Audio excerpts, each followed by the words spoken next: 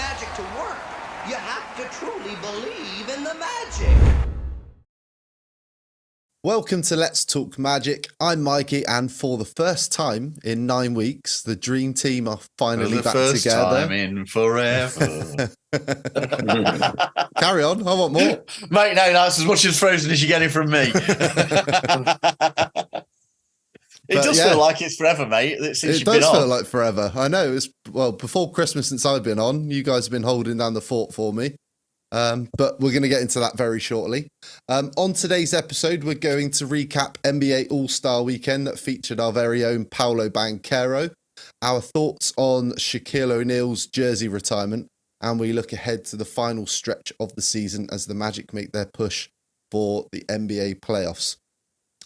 If you're new to the podcast, welcome. Gary, Geraint, Paul and me are four huge Orlando Magic fans from the UK, and we co-host this weekly podcast called Let's Talk Magic. We were previously Orlando Magic UK. Between the four of us, we've been over to Orlando for over 100 games between us. Geraint's just returned from a trip. We were all over last season for a number of games as well. Over the last few years, we've had some incredible guests on that include Magic CEO Alex Martins, Nick Anderson, Darryl Armstrong, Brian Hill, and PA announcer Paul Porter, just to name a few.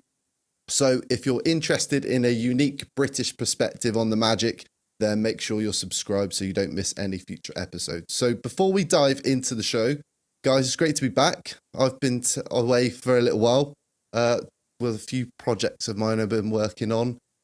So if you're pleased to see the back of me, I'm sorry, I'm back. But I'm back, yeah. You couldn't get rid of me that easily. But helping man the fort is Paul. How are things with you, my friend? All right, matey. Bit tired, but yeah, all good, mate. Thank you very much. Good to have us all back together.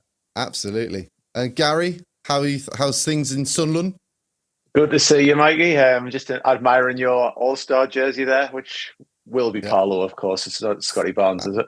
It's definitely not Scotty Barnes. It's definitely not Scotty Barnes. But yeah, I'm doing well, mate. Thank you. And Geraint, how was your trip to Orlando? 3-1, and you had a surprise of your life on one of them. So tell us about your trip, mate. I did. So yeah, I got back on Saturday. Good. So it's good to be back and see the wife and the kids, but obviously missing Magic basketball. But obviously there's no games this week, so good time to come back. Already looking into booking for next year. So I think it's about 610 days to go. So not that I'm counting. So no, in fairness, superb trip. Obviously, I went over with Neil Piper, shout him out. Met a lot of great people, met a lot from the UK community. And yeah, like you said, I had the surprise of my life last Tuesday on the same night that Shaquille O'Neal got his jersey retired. I'd had an email from somebody at the Magic and said, can you meet me? And of course said, yeah, no problems. Got into the Fields Ultimate Lounge, which was absolutely brilliant. And I thought that was the end of the surprise. And then all of a sudden he said, all right, 6:15, I need to go somewhere. So we get up, we walk towards the court. I don't know what's going to happen. And then Markel Fultz is there, the other side of the basket, handshakes and fist bumps. He appreciates the love that we give him, the support and everything. And he presented me with one of his jerseys and signed it, personalized to me. So we had a couple of photos, and it was all over in 30 seconds. So it happened so quickly. So a lot of you guys have said, "Why are you asking to come on the pod?" I just didn't think. It just happened so quickly. So it was absolute privilege to meet him. Really, really good dude. They say don't meet your heroes, but I've had the pleasure of meeting Markel and Nick Anderson now, and they've both been absolutely brilliant. So yeah, that actually, that made my trip. I won't lie. Meeting Markel, getting 3-1 record. Got a Tampa Bay Lightning win in there, Orlando Solar Bear win. So, 5-1, I'll chalk it up to. But brilliant it was. You were a little starstruck. I was a little starstruck, yes, I was. I just didn't know what was going to happen. And then, it just blindsides you, really. So, yeah, I'd just like to thank whoever at the Magic organised that, because it was a hell of a shock and a surprise, a really nice one. So thank you from the bottom of my heart, for organising it, whoever you are. Fair play. Yeah. Okay, right. Let's get into All-Star Weekend then. So this past weekend, Paolo Banchero appeared in his first NBA All-Star game representing the Orlando Magic. Friday night, he played for Team Tamika in the Rising Stars Challenge, losing to Team Jalen 40-35, who went on to win in the final. So, Paul, what were your thoughts first on the format, having a target score of 40 and then 25 in the final? Do you think this is maybe a better format, that maybe they should carry over to the All-Star game? Yeah, I feel like you take my legs every year when it comes to All-Star. You always ask me about these target scores, and I hate them. So we start the pod off every time with me on a negative, going, no, I don't like it. I don't. Can't help it. I don't like target scores. I still think it's just, I just don't like it. I prefer I prefer the time and everybody playing to that time. And the thing I especially don't like in the Rising Stars one is the 25 points for the final. For the final. I just think you've got, if you're supposed to be seeing the best two teams now, why are you giving them so short a period? I'm not a fan of that format. I like the format of two teams in a knockout final, then great. But I don't like the target score. Rising Stars, I was actually a little surprised at it this year. I felt it was a lot less competitive. I'm quite surprised. Normally the guys really seem to go for it. It seemed to be a little bit of taking it easy. I think Paolo felt that there was one point where he looked round. You could see him look round as if to say, well, are any of you actually going to try to play a little bit of defence or make an effort at getting back? Because he was running up and down. I was surprised because it is a chance for some of these guys to show themselves on an international stage. We all know that there are certain teams that hog the media attention. So like Paolo, this is one of the few opportunities that he gets to play on a national and international stage. And I thought it was one or two of them let themselves down in the actual amount of effort that they put in. Not at all surprised to see the G League guys do well. For that same reason, that it's a platform for them. They came out and really gave it a go. I was happy to see them. And if you're asking me about the format, I'd like to see it change. How would you change it? I've given it some thought on that one, and I would like to see 6 division teams. So you have Miami, Atlanta, Charlotte, Washington, and the Magic as one team from the division, and you play each of your other Eastern Conference division teams in 2 shortened games, be it to a score or be it a 6 or 10 minute game. And the same goes for the West, and the winner of the East plays the winner of the West. You probably get to see more teams involved, so you don't just have that exposure for the teams that are always in there. I know you do get a lot of spread with the Rising Stars game, but I think you actually have more interest in other teams being involved. That everybody gets some representation that way, and you perhaps introduce a bit of excitement in that you've got a knockout competition and then East versus West at the end of it. So you take 2 players from each team, something of that nature. Yeah, so you can work it out. So if it's the Magic, say throw your rookies in there, like Jet Howard, Anthony Black, or somebody. I quite like that idea. I quite like that idea. Guys, anything else to add from what Paul said? Not really, no. On that particular event, we'll get onto the other events in a second. Which yeah. Okay, right. Saturday evening then. So, Paul, I promise I didn't throw that at you on purpose. Liar. I swear, honestly, I promise. My memory is not that good to remember from this time last year. That the only part I enjoy of All Star is Saturday night. Yeah. Well, I'll get to that. Don't worry, mate. It's all right. That. It's all good. It's good. It's good actually to have that. Let's not look at it. I'm not looking at it as just a complete fan of it. I'm looking at it as let's try and be objective about it. I'm with you, I'm just though. not a fan of target scores. I'm with you. Saturday night is the only part I was really interested in. I'm with you, but we'll get into that in a second. Yeah, go for it. So Paolo was part of the first picks team in the skills challenge alongside Victor Wembanyama and Anthony Edwards. They didn't do very well, but it didn't really help by Banchero's mistake at the start of the first challenge. We saw Damian Lillard go back-to-back winning the three-point shooting challenge, and the Osceola Magic guard Mac McClung won his second NBA dunk contest in a row too. So, I know we all share the same disappointment that Paolo probably didn't do as well as he probably wanted to do.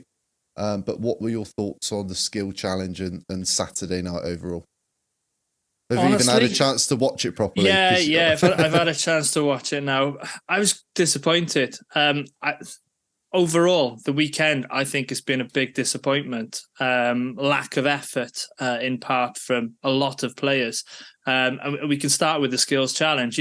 You've got, players shooting left-handed. That's with really Anthony Edwards. That's it's not competing. It's not trying your hardest. There were shots being shot, behind your back from half court. What's all that about? Was it a certain player who plays for the Toronto Raptors that was shooting left hand? No, it was Anthony Edwards, mate. It was Anthony Edwards. It was Anthony Edwards in Paolo's team, in the number one picks team, which that was the first competition part, which is why they didn't get anywhere near. No, Scotty Barnes did do it when they were trying to go for the half court heave when they had the tiebreaker. Oh, right. I didn't notice that. Yeah. Anyway, carry on, G. Sorry. He ran into the stands, didn't he, Scotty Barnes? Sorry. It's just disrespectful, to the competition and the invite that you've been, invited to participate in front of all those people, audience, the world, and you're shooting left-handed. You want to go out and try and win it. And I think Paolo said at the beginning, he wanted to go out and try his hardest. Obviously, the team didn't win, and it is what it is. But I think it's lost a bit of its edge. Back in the day, you had people like Chris Paul, playing and really trying to win that event. Steve Nash, another one. So that particular event was disappointing. The one event that I did think was the best event was the Steph Curry against Sabrina Ionescu. Yeah. It went down to the wire, and it was a great,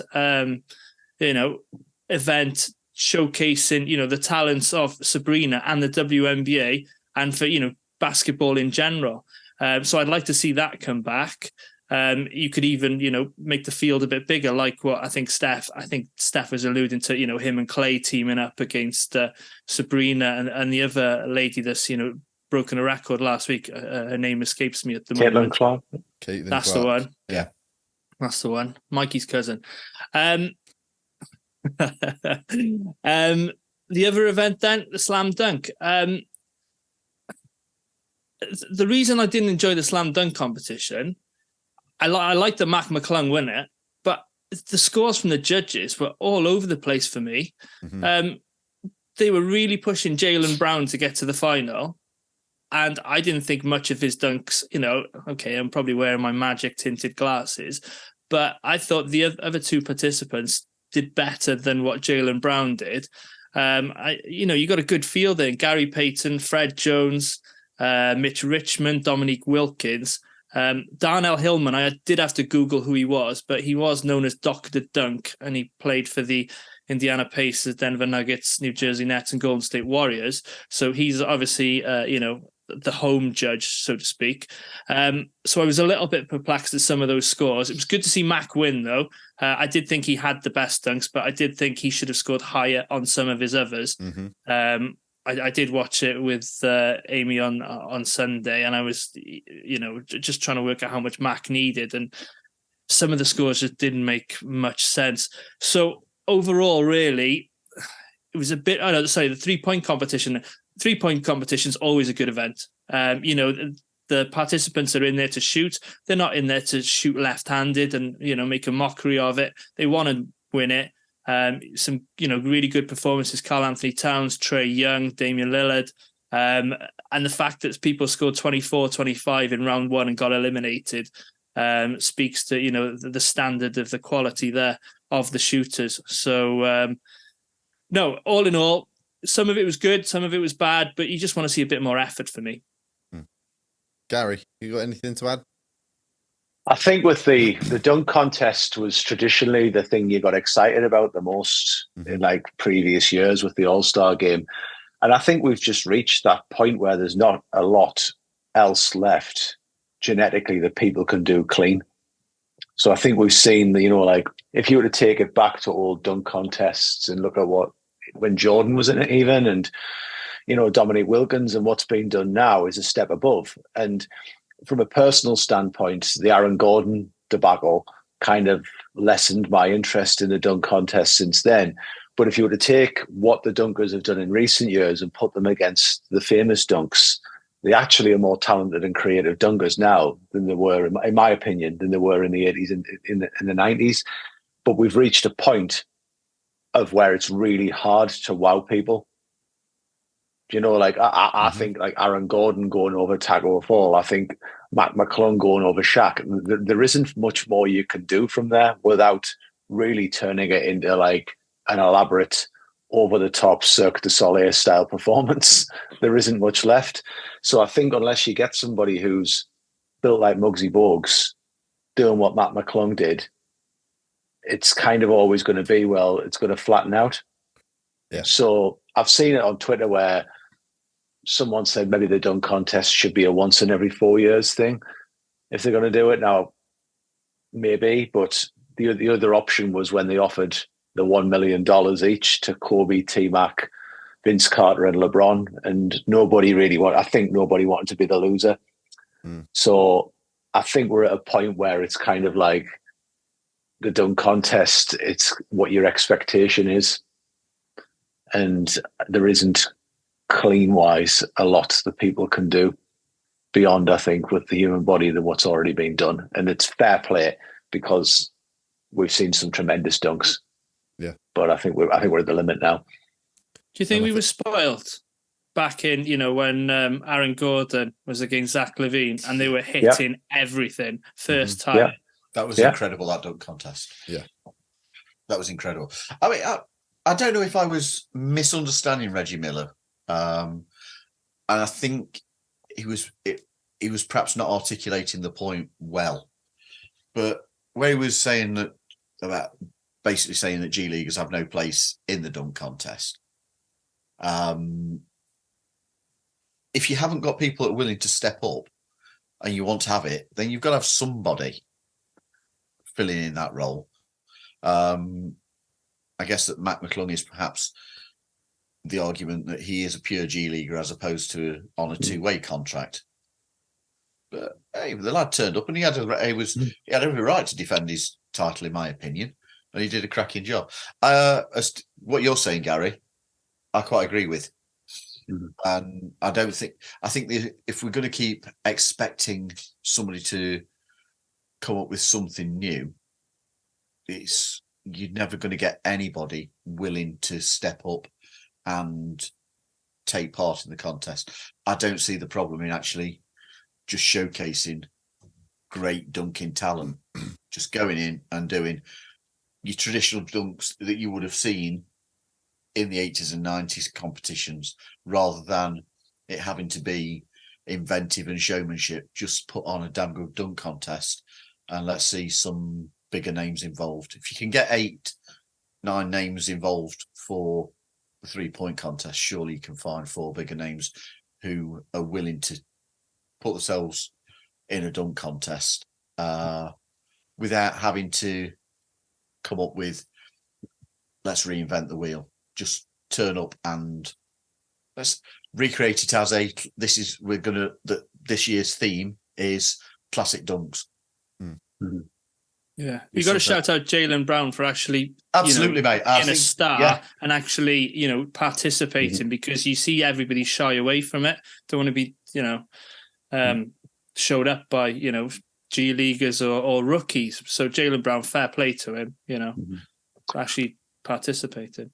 But then I also think guys like Mac McClung should be given that shot to do it, because A, they're clearly very good dunkers, and B, it's their passport maybe to getting in the league and getting some type of better outcomes for themselves. Like pre-G League days, Harold Miner was on posters in basketball magazines and in commercials, and he did nothing really as a career. He was being hyped as Baby Jordan because of how he looked and how good a dunker he was.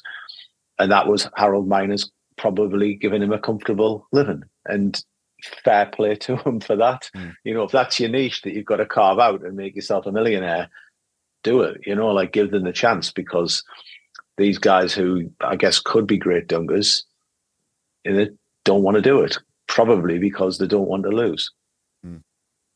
Yeah, I would guess. And fair play to guys like Dwight Howard in previous years, big names who put themselves up there, like Jaylen Brown. It's hard to change it, really, isn't it? I mean, if they were to go away from it, I mean, would a one-on-one competition be more exciting to watch than a dunk competition? Because it's something other people have brought up before about maybe adding that in somewhere during the weekend. But I don't see that being massively competitive. If nothing else is during the weekend, then I don't know. You need obviously like a game of horse or something like that. Yeah.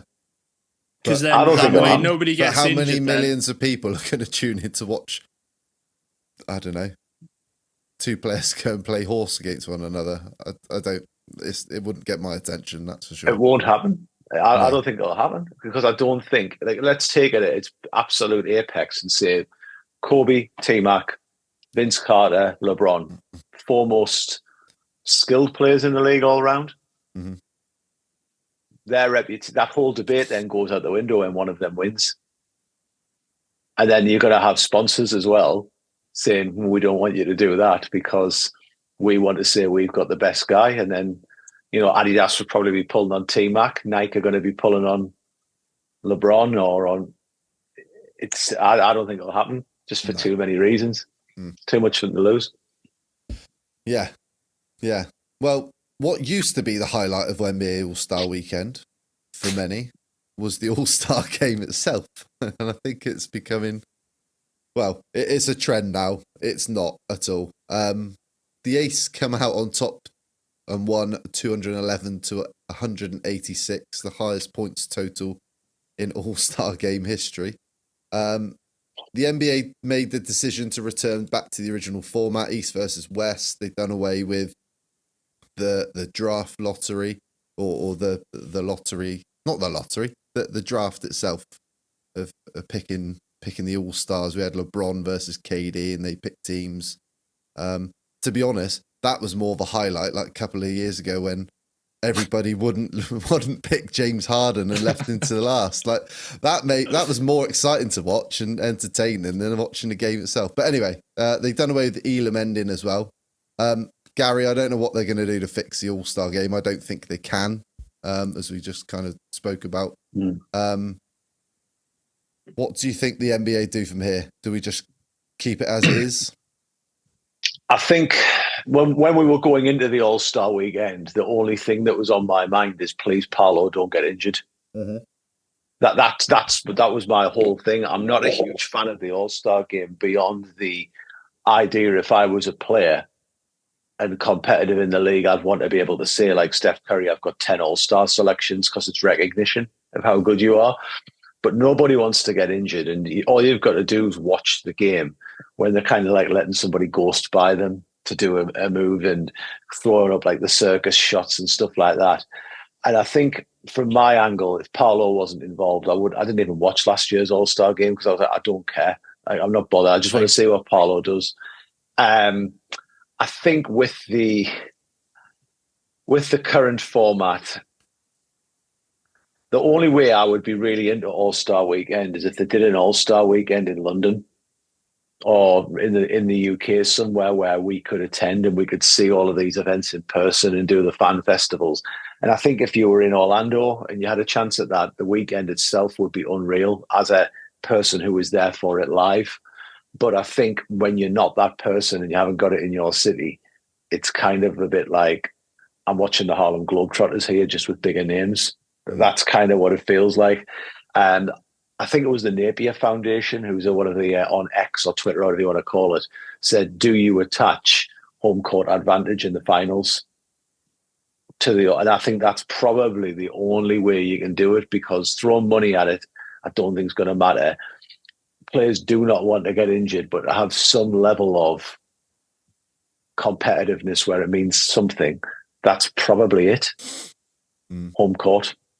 And then you've got to look at it and see, even then, would it solve it if you've got a player like Trae Young, who the Hawks touch and go type of thing? Are they going to go all out when it doesn't benefit them? But overall, it's your stars on your playoff teams. That's the only way I can see it actually meaning something, and also the meaning something to the coaches. Yeah. Scotty Barnes will still be lobbing it from half court, mate. Do you know what I really like seeing, mate, is when Paolo and Scotty were like together, because you have all this meltdown about it, and it's beef between probably 1% of the fan base. They just don't care, do they? They just get on. Why would they care? You know, you've got exactly, two guys who, you know, but it was funny to see that picture, because I thought these guys they clearly like respect each other at the very least.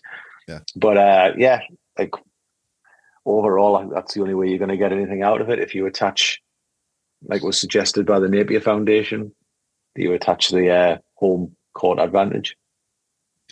Anybody else feel that Paolo's performance in the All-Star game kind of showed what is a huge strength of his as far as our team are concerned, but at times something I'd like to see him resist a little bit, and that's how generous he is to make others better. His willingness to pass. There were rarely did he actually drive at the basket. Most times he looked and saw Dame out on the wing and passed the ball because there was the clear shot. Whereas you looked at somebody like Scotty Barnes, and this is no criticism of him.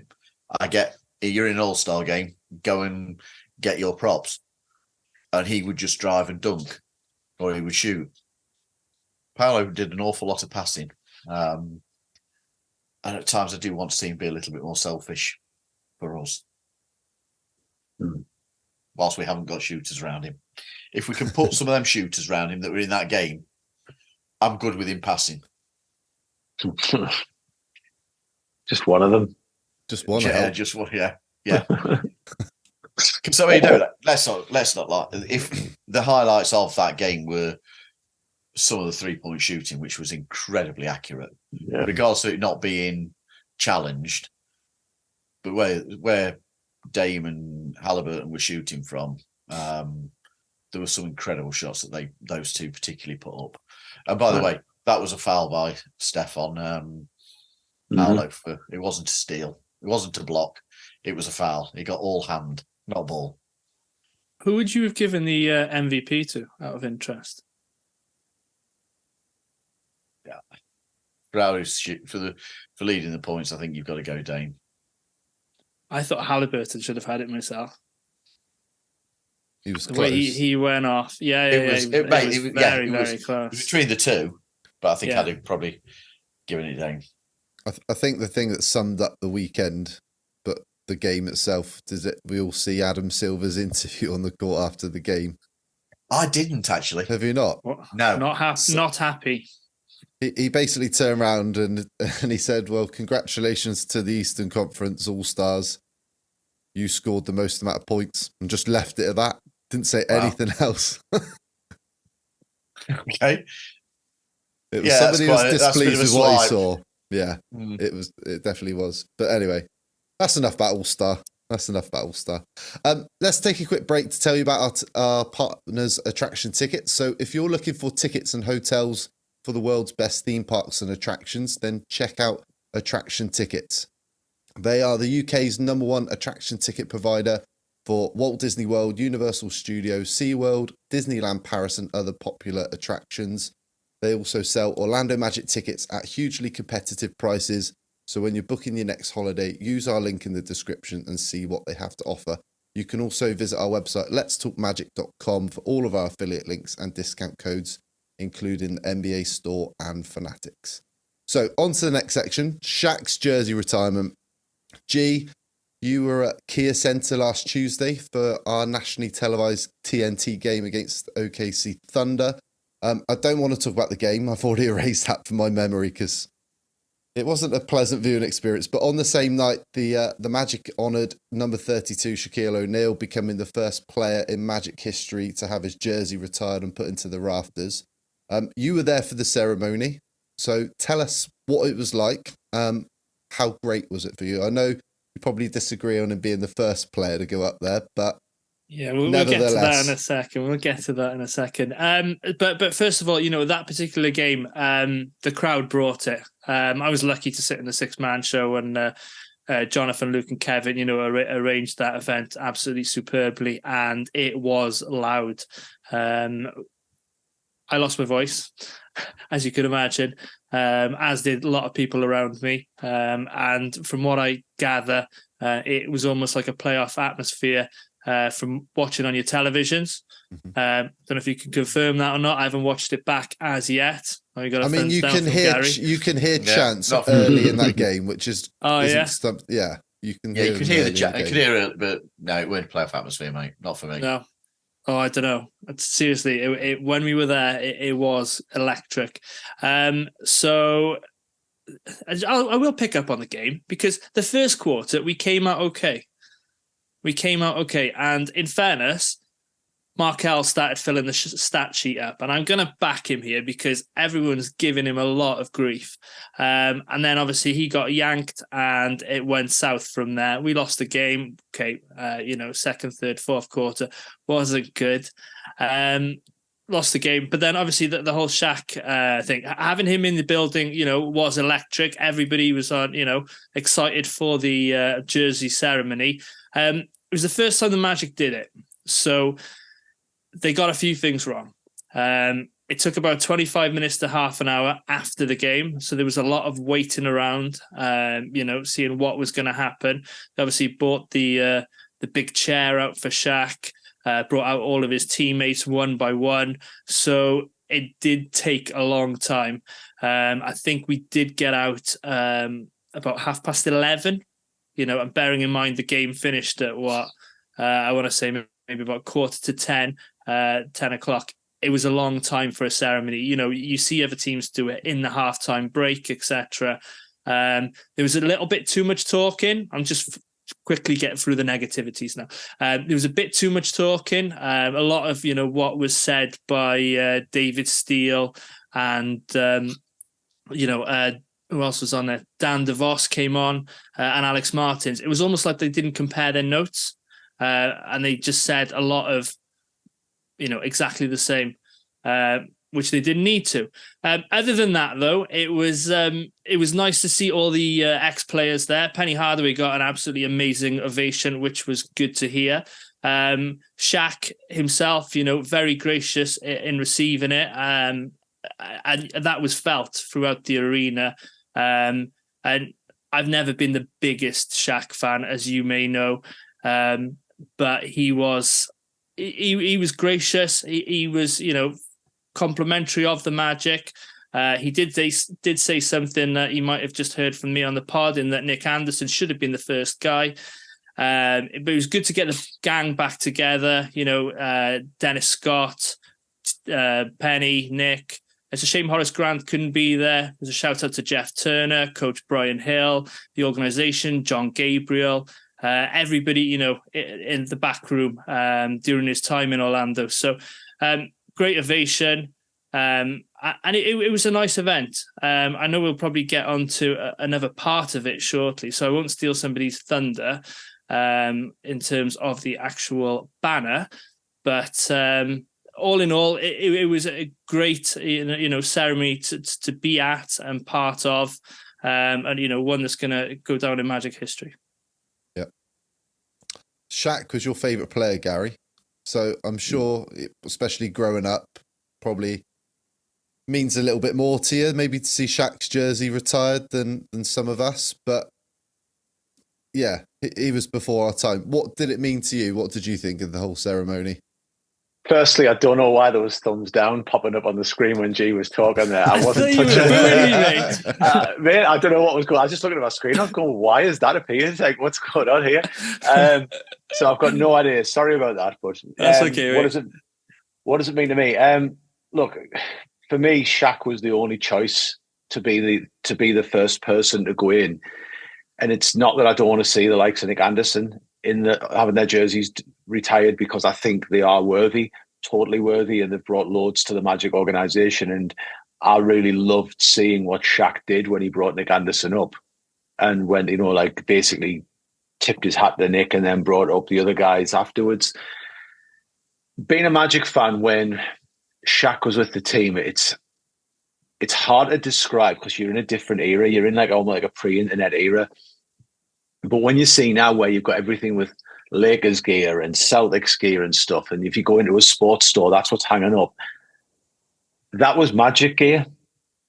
Like, if you look at sometimes at like the jersey sellers on sometimes they put up catalogs where it's like stateside and stuff and what they were selling.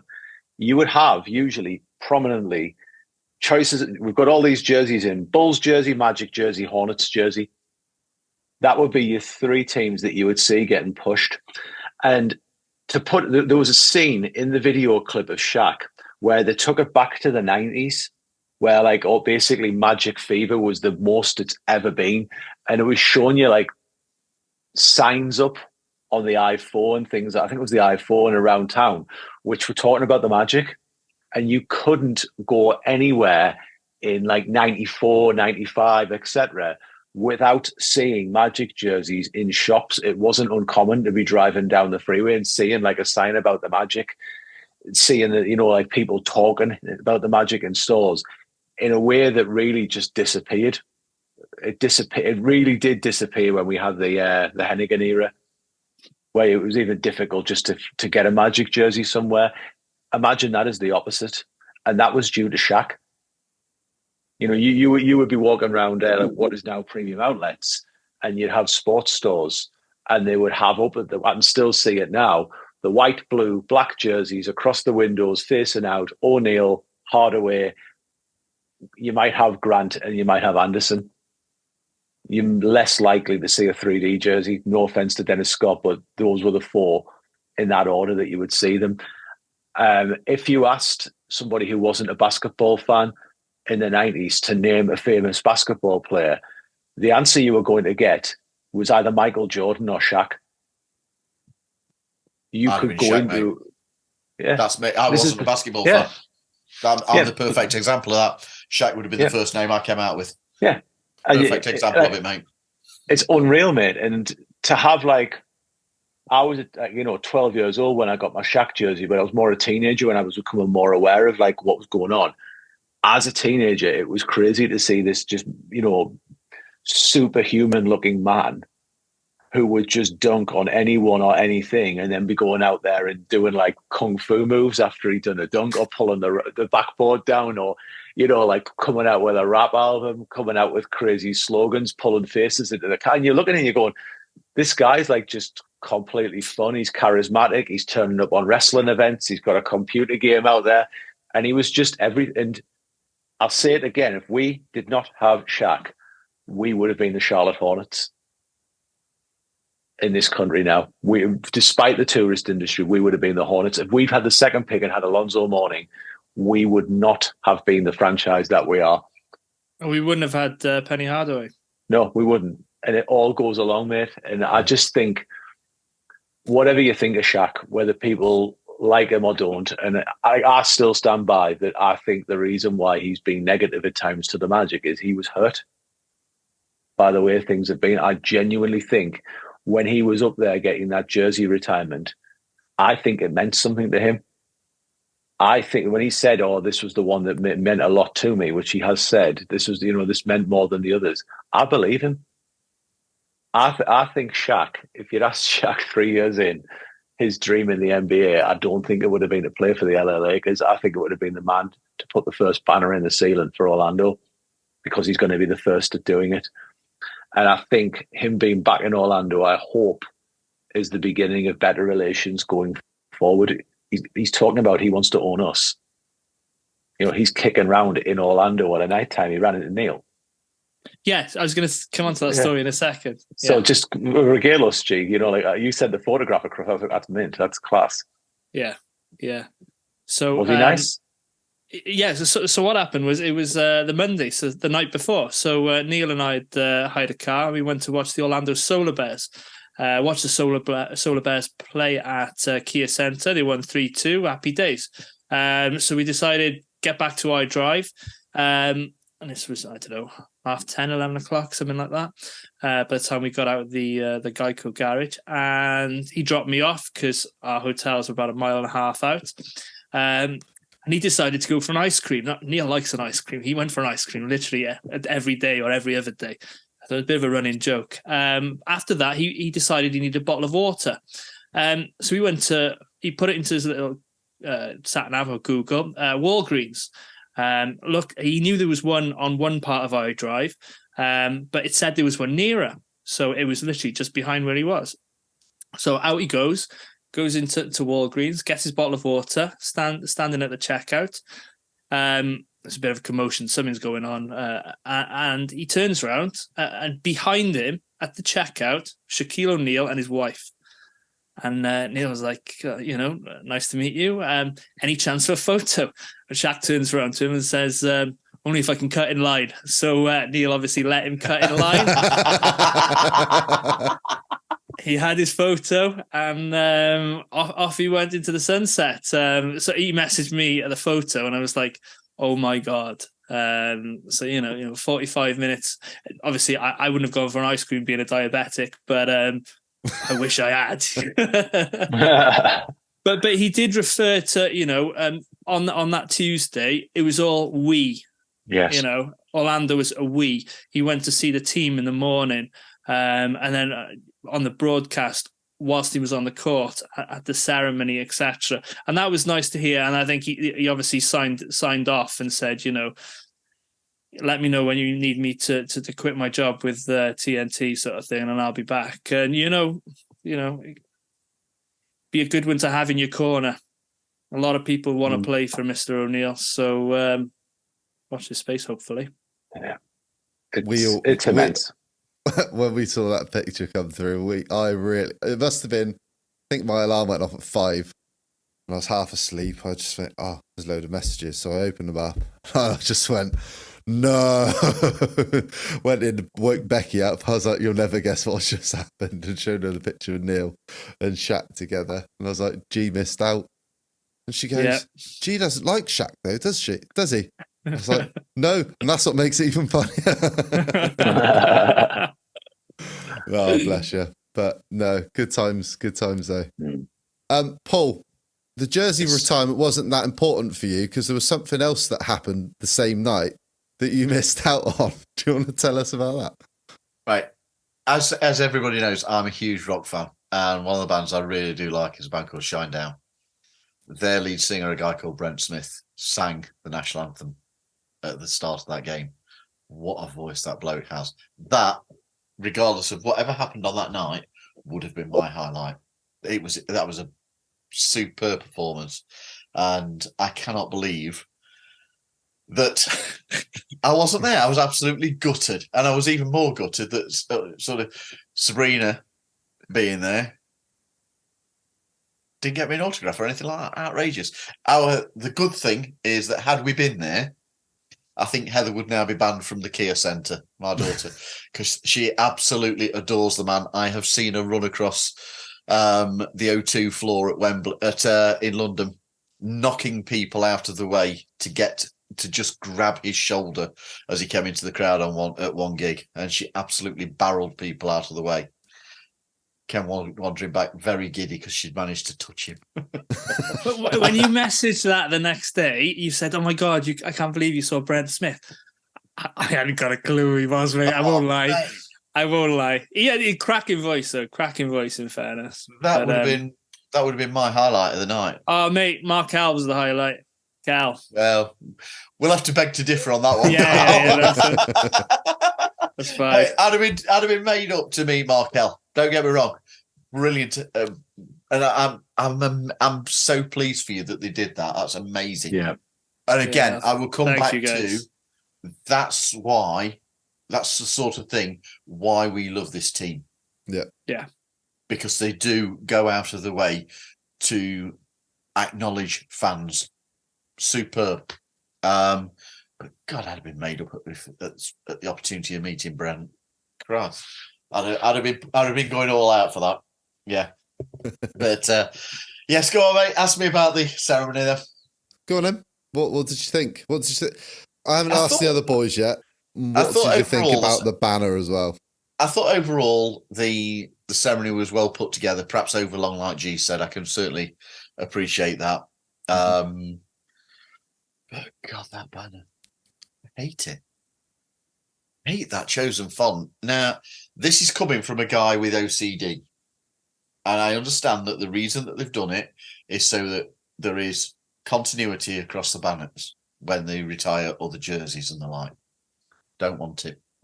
I want to see a proper looking number 32, whichever jersey you're considering is the most iconic one to Shaq. I want the numericals to be that jersey. I don't care that it doesn't match up with whatever jersey has gone before or whatever else is on a banner. I want that jersey to be the jersey, not some change of font so as it looks even across the roof of the arena. No.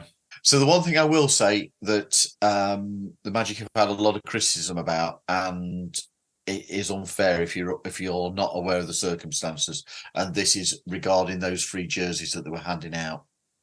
I know that those jerseys were ordered at the time of the event, and they didn't arrive in the arena from the supplier until the day of the game and very close to the game.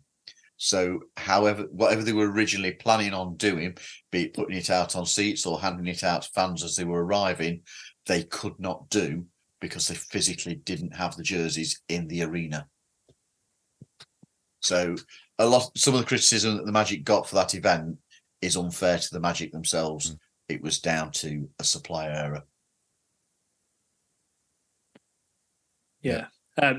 I was lucky enough to get one but a lot of fans did miss out because I think some fans who'd left early were taking multiples from what I gathered. That should have been better managed. That's it should. Yeah. It should. Yeah. It should. But as you said, G, they could shorten the ceremony. There didn't need to be so much talk. I think everybody wanted to hear what the players had to say about Shaq and hear Shaq speak as well. But it was still a really good ceremony. You guys know my feelings on the banner. I did my edit and put it on Twitter. Everybody saw what it should look like. Ditch the dates. Don't need those on there. We'll see if the Magic actually respond because people are still going on about it now, and it's been a week or so. But anyway, not popular with fans, is it? Let's be honest. No. And surely, if you're doing it, you know full well, I still prefer the idea of the Hall of Fame, the Magic Hall of Fame, to a jersey retirement. I prefer that idea. I think the Magic Hall of Fame is a far better thing than retiring a jersey number. I'm not sure on what the criteria is for retiring a jersey. I understand the Hall of Fame, but far better. Okay. It looks better, the Hall of Fame, when the jersey... It would look better if the jersey hadn't been ordered off DHgate. That's kind of what it looks like. It really does. It really Just does. like a yeah. Well, hopefully they'll fix the banner. That's the plan. But last thing, one would answer. Who should be the next Magic player to have their jersey retired? Anderson, as Shaq said. Go on, Gary. Penny. Mikey? McGrady. You're going to break a tiebreaker here, Paul. I'm not, because I'm going to call me. You're going to go 40, aren't you? No, I'm going to say None. I don't think None. they should be doing them. That's fair. Okay. I don't think they should be doing them. I prefer the Hall of Fame. I know it's not a one-word answer. Sorry, Mikey. It's all right. None is a one-word None. answer. You're good. No. Or nobody. Yeah. Nobody. Okay.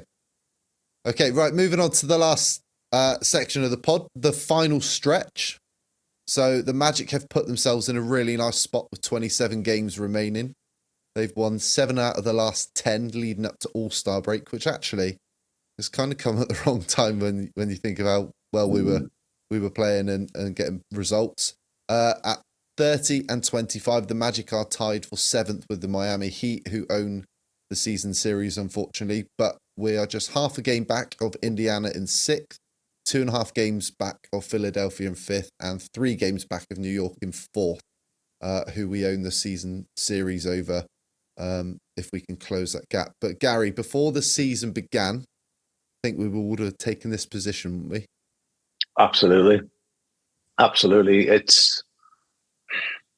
It would take a lot now for us to be finished below 8th, I think. We're not finishing below 8th. Yeah. But it would take a lot. It would take like a real bad injury thing, which could happen with us. But it would take a lot, and I think going into the season, we would have all been delighted to finish 8th or above, and that's over 2 seasons. That is significant progress because it suggests we'll have a record of 500. Mm-hmm. So it's yes. The short answer is yes. If you're still on one-word answer themes, yes. Paul, I don't know. You haven't had a huge amount of time to look at this. I don't know what your thoughts are. I apologise in advance because I've been at work all day, back-to-back days at work, and then throwing in a funeral that I've literally just walked in from to do the pod. So I've not really had much time, but I've go on. I'll do it on the fly, mate. That's all right. No, we'll do it. So looking at the teams we're competing with, so Miami, Indiana, Philadelphia, and New York, how do you think their schedules really stack up? Do you want me to give you some stats? No, mate. No, it's all good. It's all good. First thing I've brought up is on Tankathon, the schedule side of things, and we're listed as having the easiest remaining schedule. I would have preferred to see Miami a little bit further up that list. I'm not going to lie. They're down as having the 4th easiest schedule remaining. Interestingly, Philadelphia are top end. Mm-hmm. They have what is classed as the 9th most difficult remaining schedule. I also brought up their schedule, and it's not wrong. They have 4 back-to-backs. They have 17 of their remaining 26 games against teams that currently hold a playoff position or are very, very close. In fact, no, I'll discount them. No, they're not. There is 17 of their remaining games are against teams that currently hold a playoff position, of which 9 are against Eastern Conference teams in that position. 15 games away from home, of which 7 are Western Conference.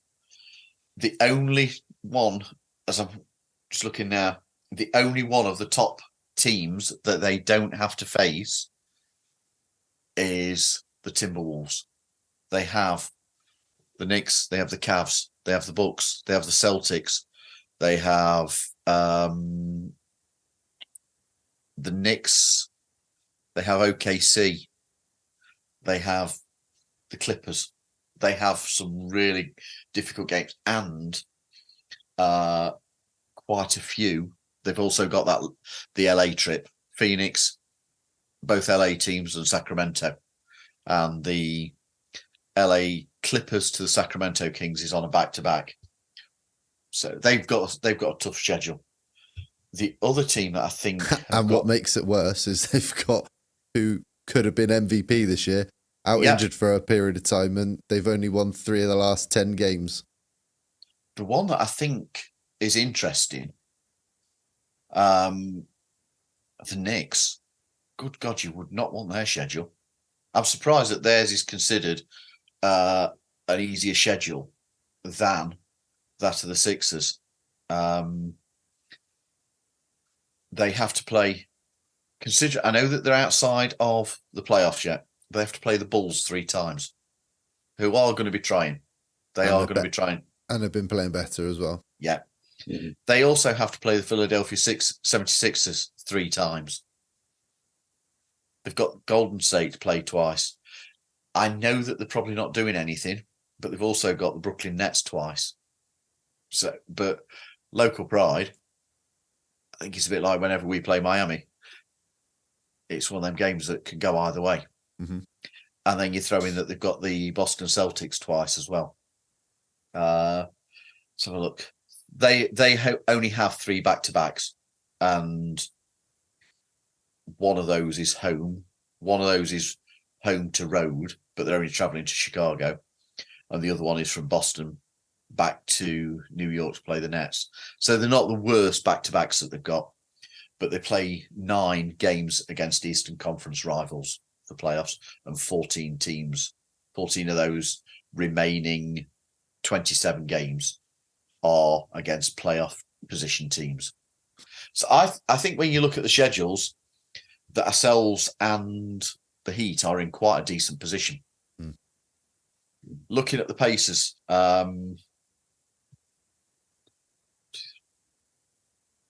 14 games against playoff teams out of 25. So over half their schedule is against playoff position teams.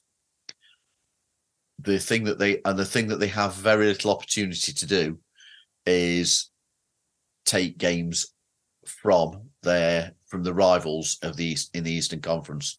They play us, they play Cleveland, they play Miami, play Cleveland twice. That's the only 4 games they've got against Eastern Conference teams in the playoff positions. Mm-hmm. Rest of them are Western Conference teams. They have 17 games against Western Conference teams, 12 games against Western Conference teams, of which 7 are on the road. And they have 3 back-to-backs. I think theirs is quite a difficult schedule as well. They don't have Boston, they don't have Milwaukee, but other than that, they've got all the top teams. Mm-hmm. So again, I genuinely think that we and Miami are in a decent position. Miami's, apart from their 5 back-to-backs, other than that, theirs isn't too bad. They've got some opportunity. Yeah. As I said at the outset, we're set up nicely when you can look at these other teams.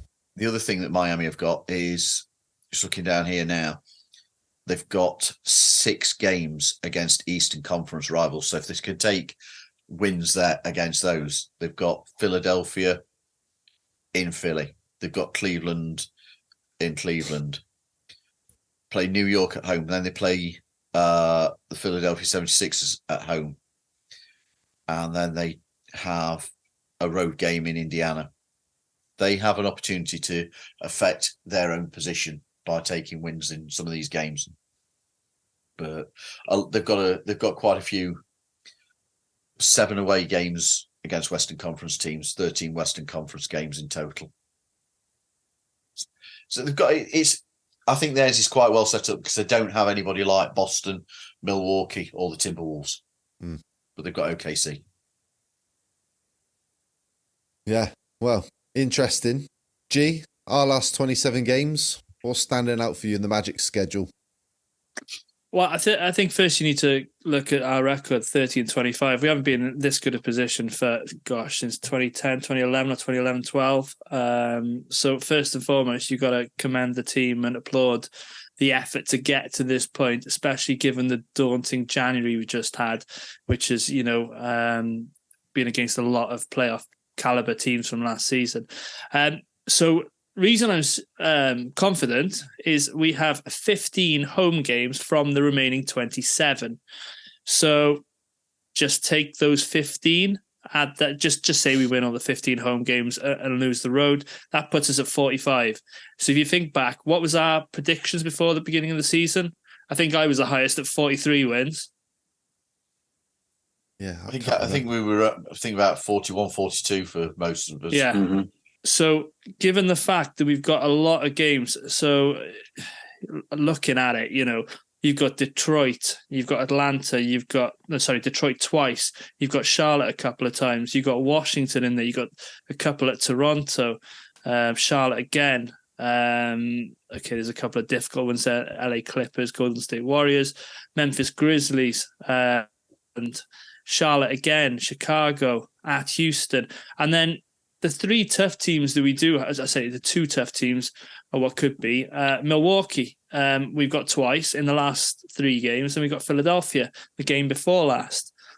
Seedings might be settled already there, so there might be a chance to, get Milwaukee on a night where they give Giannis or Dame the night off, for example.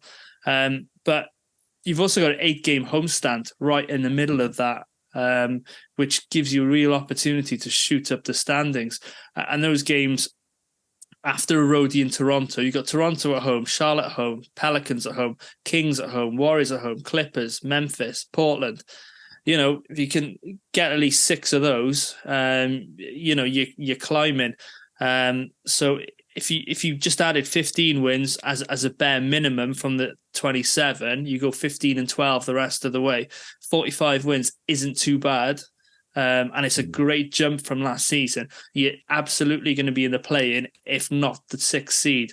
So you want to see at least 15 wins, if not more, just to give us the best opportunity. We've done the hard work. We've gone through the tougher teams a little bit earlier on in the schedule. As Paul mentioned, the strength of schedule, it's in our favour at the moment. So, you just want to kick on. We've got a full, healthy roster now, something we haven't had for a lot of the season and in years gone by. So it's a real good opportunity to push on. And I don't know if you saw the advert for the playoffs during the All-Star game, with Jalen Suggs in it, just amping the crowd up in Orlando. So, they consider us a playoff team. Just read some of the away games out again, G. So on the road, we start obviously at Cleveland, at Detroit, obviously winnable, at Atlanta, at Charlotte, at Washington, at New York, at Toronto again, scrolling down, at New Orleans, at Charlotte, at Houston, at Milwaukee, and at Philadelphia. So there's a lot of winnable road games in there too. So 7 of those 12 road games are against teams under 500. 500, yeah. And considering that we're only 12 and 17 on the road this season, we're all expecting us to do well at home. We've got a lot of home games. Yeah. We've got that 8-game homestand. I think we're all expecting us to continue that trend of doing well at home. Yeah. But there's also some good winnable road games there that you can improve that record as well. So I think 15 to 18 wins we're looking at personally, but for those last 27 games. So that'll be 18 and 9. So 2 and 3. Yeah, I mean, it's certainly possible, isn't it? With 3 games against Charlotte, 2 games against Detroit, 1 remaining game against Washington, 1 against Portland, 2 against the Raptors, who we know we've not been 100% brilliant against them for quite a while. Bulls at home. And the Grizzlies. Portland at home. Grizzlies at home. There are some winnable games there. We've got... the other thing, I've just sat here looking at this. It's nice to see. We don't appear as anybody's toughest in the list of toughest games on remaining schedules, but we also do not appear once in anybody's remaining weakest side of the schedules. So if that speaks volumes, yeah, we are no longer considered a pushover of a team by tankathon and the like when it comes to strength of schedule. We do not appear in anybody's weakness on the weakest, easiest opponent side.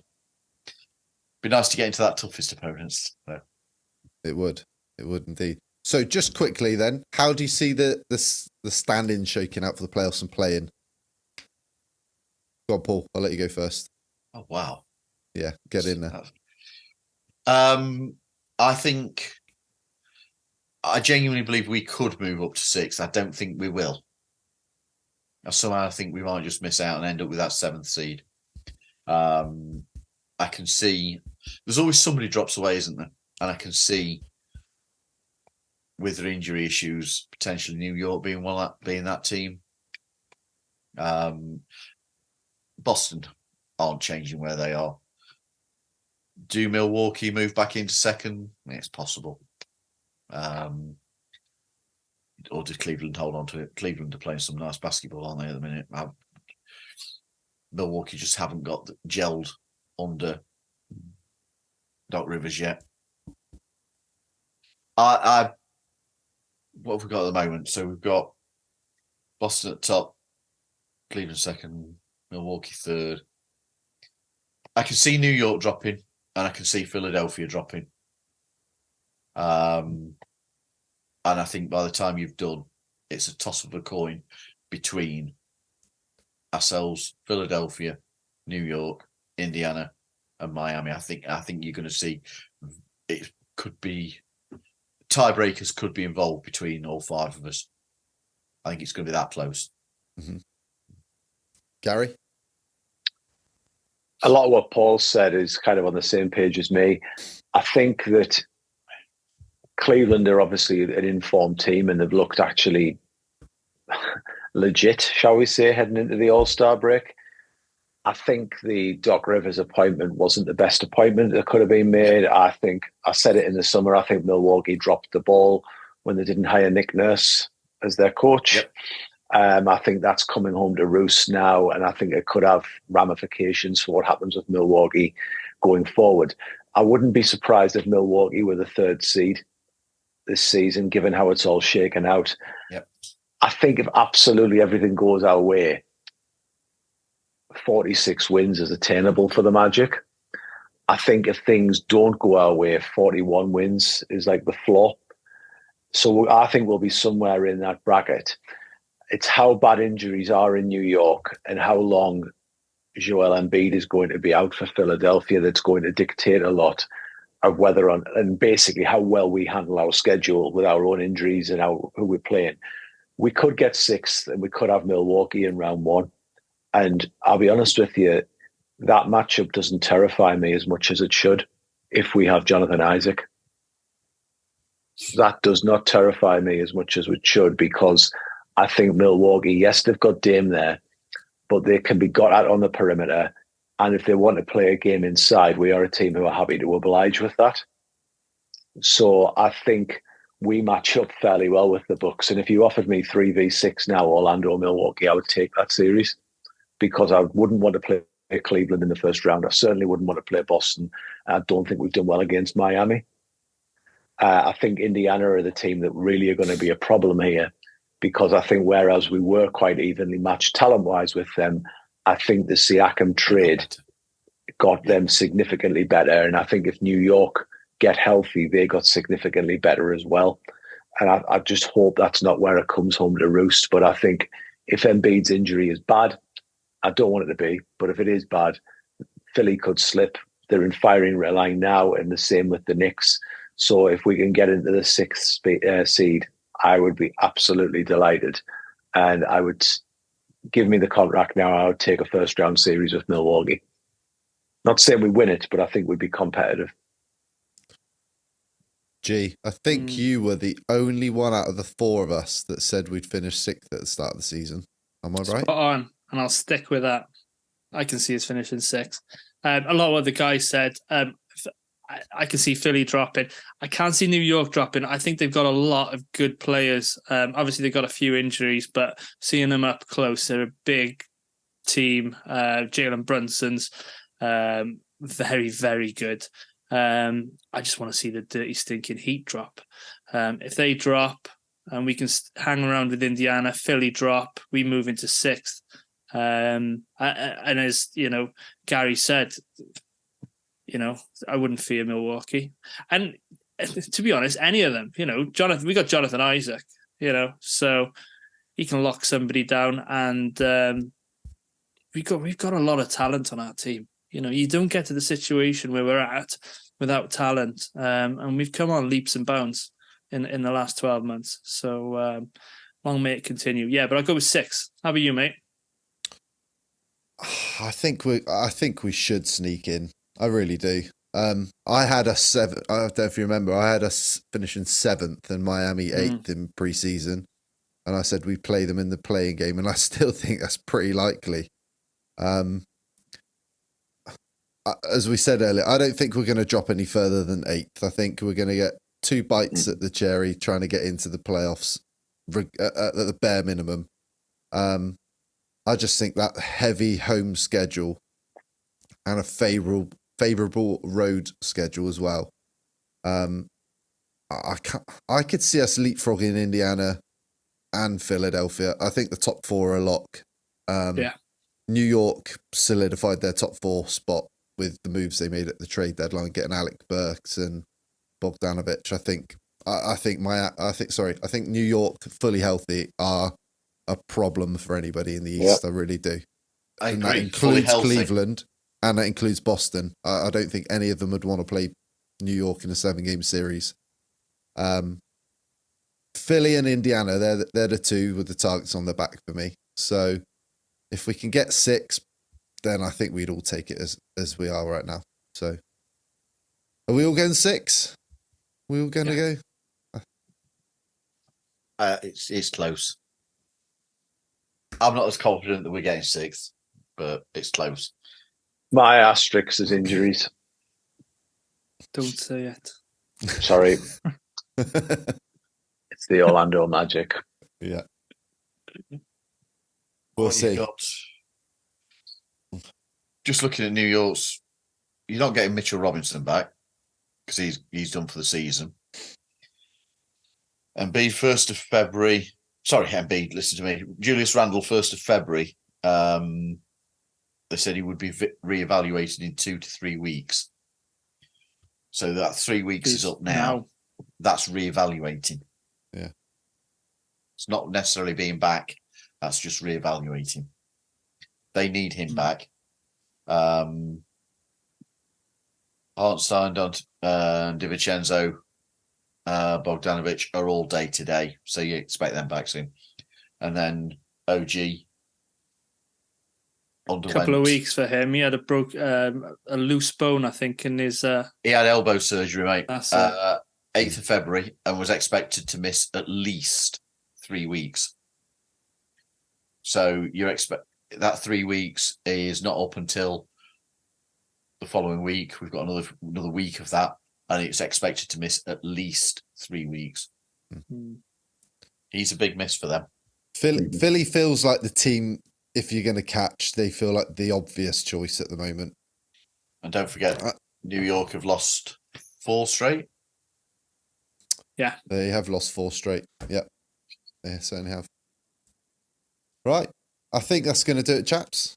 Thank you for listening and watching. Before we go, we just want to say a big thank you to our patrons who help support the show. So thank you for your incredible support to Barry Conn, Paolo and Franz Warmth, Ollie Law, Gary Clark, Angus Craig, Dylan Holden, Alan Kane, Tom Soane, Mark Joss, Sean Moore, Liam Radbourne, Andy Linley, Stuart Benzies, and Drummy Drum. If you're interested in joining our Patreon, we've got 3 tiers available with varying benefits. Visit patreon.com/Let's Talk Magic to join today. If you enjoyed today's episode, please give it a thumbs up if you're watching on YouTube. Leave us your thoughts and questions, and we may even read some out on an upcoming episode. You can also like us on Facebook, follow us on Instagram, TikTok, and X @_Let's Talk Magic. So from Geraint, Paul, and myself, and Gary, Geraint, Paul, and myself, until next week, go Magic.